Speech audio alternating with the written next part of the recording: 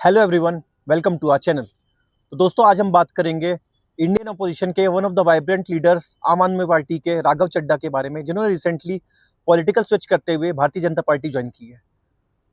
दोस्तों, ये देश के लिए एक बहुत ही बड़ी दुर्भाग्य की बात है कि जो बचा कुचा भी वीक अपोजिशन में से जो कुछ अच्छे लीडर्स थे, वो भी स्विच करके जब पार्टी में आ जाते हैं तो अपोजिशन और गिर जाता है या और वीक हो जाता है।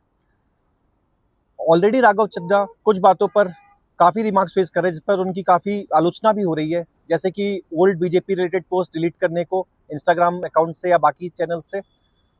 दूसरा, आम आदमी पार्टी को इस क्रिटिकल सिचुएशन में, जब वो ऑलरेडी दिल्ली हार के बैठी है, तब छोड़ने पर, और उन्होंने अकेली नहीं, काफ़ी सारे अदर एमपीज के साथ भी छोड़ा है। पर दोस्तों, अगर हम इसमें और वन स्टेप फर्दर जाके देखें और इसको हम पार्टी लेवल पे देखें, तो आम आदमी पार्टी कहीं ना कहीं उसकी डायनेमिक्स कांग्रेस की तरफ मूल्ड होती दिखती है।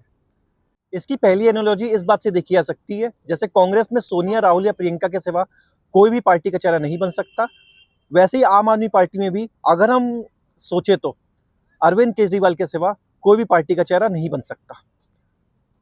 शायद से एक यही रीजन था क्योंकि कांग्रेस से भी हेमंत बिश्व शर्मा या ज्योतिरादित्य सिंधिया जैसे बड़े लीडर्स ने पार्टी छोड़ी, और यही अब आम आदमी पार्टी में भी देखने को मिल रहा है। जब से दिल्ली चुनाव में आम आदमी पार्टी हारी, उसके बाद से कहीं ना कहीं राघव चड्ढा आम आदमी पार्टी का सबसे बड़ा चेहरा बनते हुए दिख रहे थे।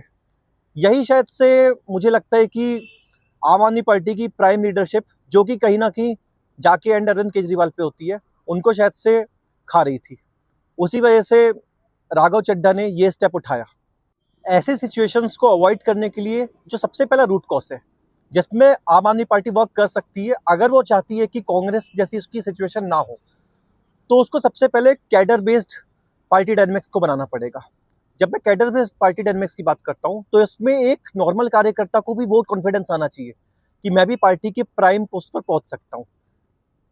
होता है क्या कि जब पार्टी कैडर बेस्ड नहीं होती है, तो फिर एक सुप्रीम लीडर होता है और बाकी सब नॉन सुप्रीम, और ये सब तब तक तो सही चलता है जब तक कोई भी पार्टी पावर में रहती है। लेकिन जैसे ही पार्टी ऑपोजिशन में आती है, तब भी क्योंकि पार्टी का पावर डायनेमिक्स चेंज नहीं होता है, जो कि होना चाहिए to perform better in next elections में भी, इसके लिए ये होना बहुत ज़रूरी है। लेकिन जब ये नहीं होता है, तो क्या होता है कि ऐसे बड़े लीडर्स छोड़ते हैं।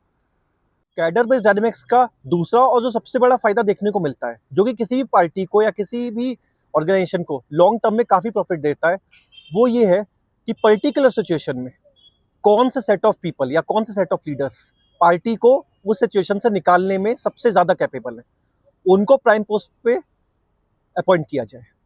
और दूसरा, कार्डर लोकेशन का दूसरा सबसे अच्छी बात होती है वो ये होती है कि जो प्राइम पोस्ट पे जो बैठे हुए लीडर्स हैं, उनको भी इस बात का एहसास रहता है कि अगर हमारे रहते पार्टी की सिचुएशन अगर नहीं सुधर सकती, तो हमें ये पर्टिकुलर पोस्ट छोड़नी पड़ सकती है। इस बात का उनको भी एहसास रहता है। दोस्तों, हम इस वीडियो को इस होप के साथ एंड करना चाहेंगे कि भारत देश को कार्डर बेस्ड और भी पॉलिटिकल पार्टीज बने। उससे क्या होगा कि ऐसे सिचुएशन जैसे राघव चड्ढा ने छोड़ा या प्रीवियसली ज्योतिरादित्य सिंधिया या हेमंत बिश्व शर्मा ने पार्टी को छोड़ा, ऐसे सिचुएशन पैदा ना हो और हर पार्टी, इवन जो अपोजिशन में भी है, वो भी स्ट्रांग बनी रहे। उससे देश को एक स्ट्रांग अपोजिशन मिलेगा, जो कि एस्टेब्लिशमेंट से प्रॉपरली क्वेश्चन कर पाएगा। दोस्तों, ऐसी ही और इन्फॉर्मेटिव वीडियोस के लिए जुड़िए हमारे चैनल भारत सिंह से।